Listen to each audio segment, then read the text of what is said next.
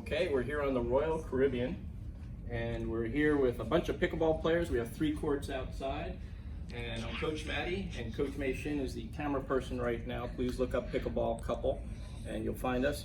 Today we're going to do an indoor clinic, and before I do that, does everybody here, have you heard about the trip we're taking to Sandals in October? Okay, so you can talk to me about it if you're interested. That's going to be October of this year. Okay, so obviously we have a court that's 44 feet long by 20 feet wide. Everybody knew the dimensions of the court? Can I leave now then? This is good. Okay, I've done my job. This is good. I got one thing in. Okay, so 44 feet instead of a normal tennis court is 76, I believe, in length and 36 in width. So could you imagine at our age trying to handle that? After you get off a tennis court and you come onto a pickleball court, you don't want to go back to tennis. I mean, you get kind of lazy after you've been playing tennis for years. I played for 42 years and I got onto this game, and it's like, oh, this is great, I don't have to move. But the truth is if I'm in no man's land, no woman's land, transition zone, whatever you want to call it, you do have to move. And you run around with your head cut off, and that's how the injuries happen. People sprain their ankles, they break their elbows, you name it.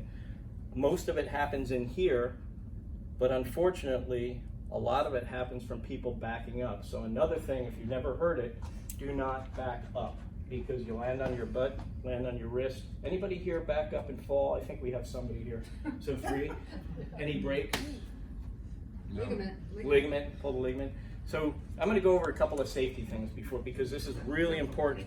When you've made it up 1 inch from the line, which is 7 feet from the net, you do not want to back up. So if somebody lobs you, someone's going to ask this, well, what happens if they lob me or my partner? Simple, just yell yours. So it's a joke. Yeah, you'll never get hurt, I guarantee it. Yours. No, don't yell yours, but do point at an angle and run at an angle. So the pointing will get you to follow your paddle, but don't do this back up and then you're going to fall. A lot of people fall when they back up. In this sport, it's a forward motion sport, so you want the weight on the toes throughout the whole game. So you don't want to be shifting your weight back anyway, because it's very hard to control a ball once you have the weight on the middle of your feet or the back of your heels. And I went over that with a few people this morning, and you found out how easy it was just to stay there and lean forward and have that weight forward. You were in control, right? But once you did this, remember what happened? You start stepping back, and then it was downhill from there. So we're going to go over a bunch of things on here. This line back here, does anybody know what this means? This is the court, this is the baseline. What do these 2 lines mean here? Okay, so do you serve from how far back would you say? 18 inches? Okay. If you're 6'7", where would you be? Okay, so the average person should be at least 1.5 to 2 feet back. That's absolutely right. Because you have to have, when that ball comes back, if it lands anywhere in here, you want every ball in front of the body when you hit it.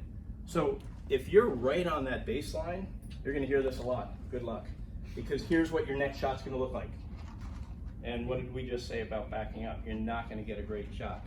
So you want to make sure you're at least 2 feet back, 1.5, 2 feet back. And anybody over 6 feet, add another 6 inches or a foot, and if you're taller than that, even more. Okay, that's really important, and that's on the serve and the return.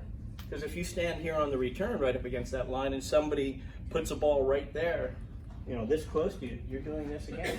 And the third shot, if you're the one serving and it comes back on the return, that third shot is one of the hardest shots in the game. I'm talking about the third shot drop, not the third shot bang. And we'll get into that in a little while. So does everybody know what a third shot is? Okay. Anybody that doesn't know what a third shot is? Okay.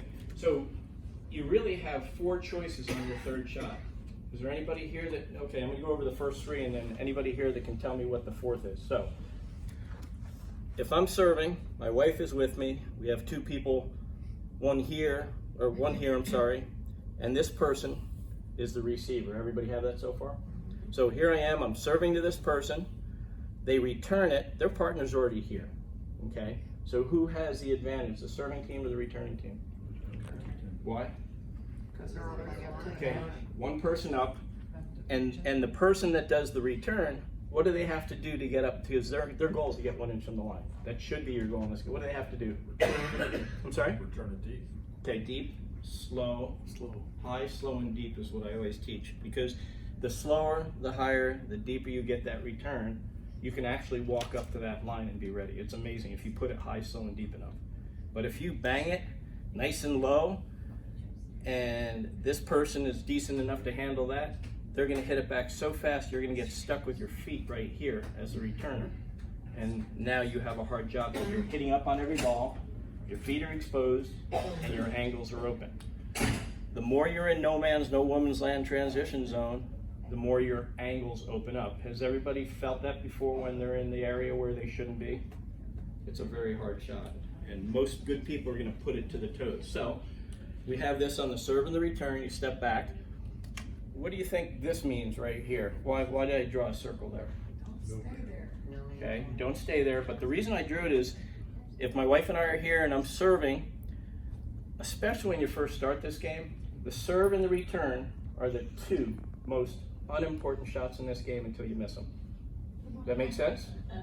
Because if you miss them, you're going nowhere. And if you miss the return, you just lost 10% basically of the game, right? Because it's 11-point game, so you lost 9 point whatever. So if you don't put a return in, good luck. Because you just gave a point away. And what did they need to get that point? Nothing. A pulse. Right? They just stood there and said, thank you very much. So thank you, baby. I'm good with that. I didn't know you were still